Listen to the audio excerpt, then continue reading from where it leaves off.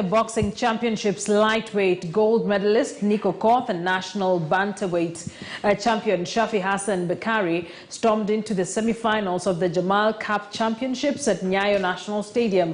Okoth beat Regan Odindo of Meru when the referee stopped the contest in the third round to save the latter from further punishment. From the experienced Okoth as Bakari picked points victory against Meshach Mbithi of Embu.